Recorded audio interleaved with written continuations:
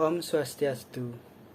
Kami dari kelompok 13 akan mempresentasikan hasil diskusi dari kelompok kami yang berjudul Studi Kasus Sistem Informasi Berbasis Komputer atau CBS pada area fungsional. Perkenalkan, nama saya Gusti Putu Mulyade, NPM 18321211039. Di sini saya akan mempresentasikan Sistem Informasi Berbasis Komputer atau CBS.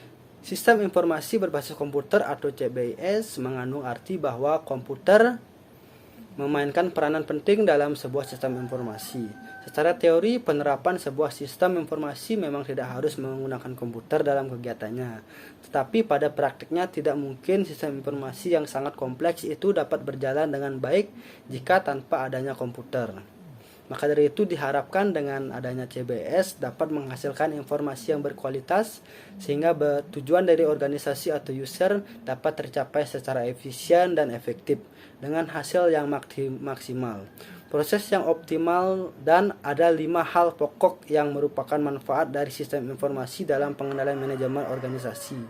Itu yang pertama ada penghematan waktu atau time saving, ada penghematan biaya atau cost saving, lalu ada peningkatan efektivitas atau effectiveness, lalu ada pengembangan teknologi atau technology development, lalu ada pengembangan personel akuntansi atau accounting staff development. Lalu ada juga istilah-istilah yang terkait dalam CBS, antara lain yang pertama ada sistem komputer atau komputer sistem meliputi hardware, software, dan brainware. Lalu yang kedua sendiri ada sistem informasi atau informasi sistem yang meliputi input, model, output, database teknologi, dan kontrol. Lalu yang terakhir atau yang ketiga ada sistem manajemen atau manajemen sistem yang meliputi fungsional manajemen dan level manajemen.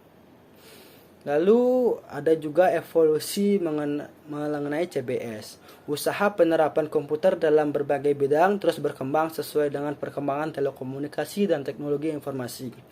Tahapan perkembangan tersebut atau bisa disebut evolusi dari CBS adalah sebagai berikut.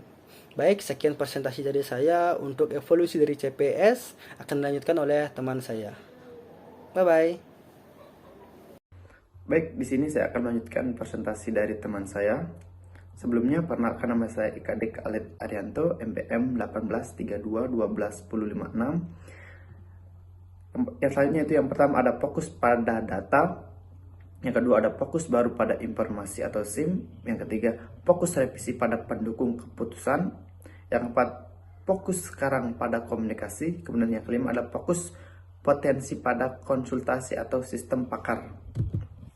Selanjutnya ada upaya pencegahan CBIS, upaya pencapaian sistem informasi berbasis komputer menggunakan End-Answer Computing, yaitu pengembangan sistem berbasis komputer yang dilakukan oleh pemakai sendiri. End-Answer Computing berkembang karena 4 pengaruh utama, yaitu 1. Meningkatnya pengetahuan mengenai komputer. 2. Antrean jasa informasi atau banyaknya permintaan tidak sebanding dengan reus yang tersedia. Kemudian yang ketiga, perangkat keras yang harganya semakin murah. Kemudian yang terakhir ada perangkat lunak siap pakai semakin banyak.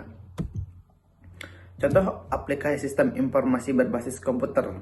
Yang pertama ada SIA atau Sistem Informasi Akuntansi. Sistem informasi akuntansi melaksanakan akuntansi perusahaan. Aplikasi ini ditandai dengan pengolahan data yang tinggi. Baik, terima kasih. Perkenalkan, nama saya Kadek Lanang Santoso, NPM 18321211032. Baik, pada kesempatan kali ini saya akan melanjutkan presentasi dari teman saya.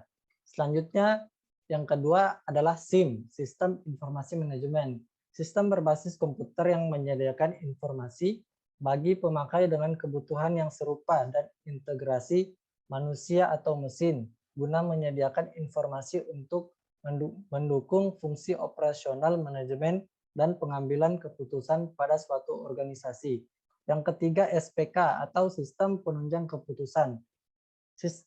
SPK adalah sistem komputer yang interaktif yang membantu pembuat keputusan dalam menggunakan dan memanfaatkan data dan model untuk memecahkan masalah yang tidak terstruktur.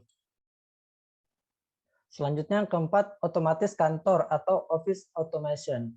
Semua sistem elektronik formal dan informal, terutama yang berkaitan dengan komunikasi informasi ke dan dari orang-orang di dalam maupun di luar perusahaan. Yang kelima, sistem informasi manufaktur. Merupakan subsistem SIM yang menyediakan informasi untuk digunakan dalam pemecahan masalah manufaktur. Selanjutnya, kecerdasan buatan didefinisikan sebagai kecerdasan entitas ilmiah. Sistem seperti ini umumnya dianggap komputer. Kecerdasan diciptakan dan dimasukkan ke dalam suatu mesin komputer agar dapat melakukan pekerjaan seperti yang dapat dilakukan manusia. Beberapa macam bidang yang menggunakan kecerdasan buatan antara lain sistem pakar, permainan, komputer, logika fusi, jaringan syaraf, tiruan, dan robotika. Selanjutnya contoh aplikasi AI. Yang pertama, visualisasi komputer.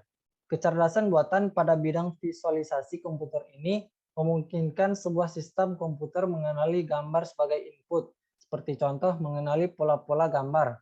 Yang kedua, pengenalan suara. Kecerdasan buatan pada pengenalan suara ini dapat mengenali suara manusia. Cara mengenali suara ini dengan mencocokkannya pada acuan yang telah diprogramkan terlebih dahulu. Seperti contoh perintah komputer dengan menggunakan suara user. Selanjutnya akan dilanjutkan oleh teman saya. Om Swastiastu, perkenalkan nama saya Idewo Gede Santika Utama Putra, NPM 181545. Kesimpulan, Computer Based Information System atau CBIS atau yang dalam bahasa Indonesia disebut juga Sistem Informasi Berbasis Komputer merupakan sistem pengolahan data menjadi sebuah informasi yang berkualitas, berguna bagi penerimanya, dan dipergunakan untuk suatu alat bantu pengambilan keputusan. Sistem informasi berbasis komputer mengandung arti bahwa komputer memainkan peranan penting dalam sebuah sistem informasi.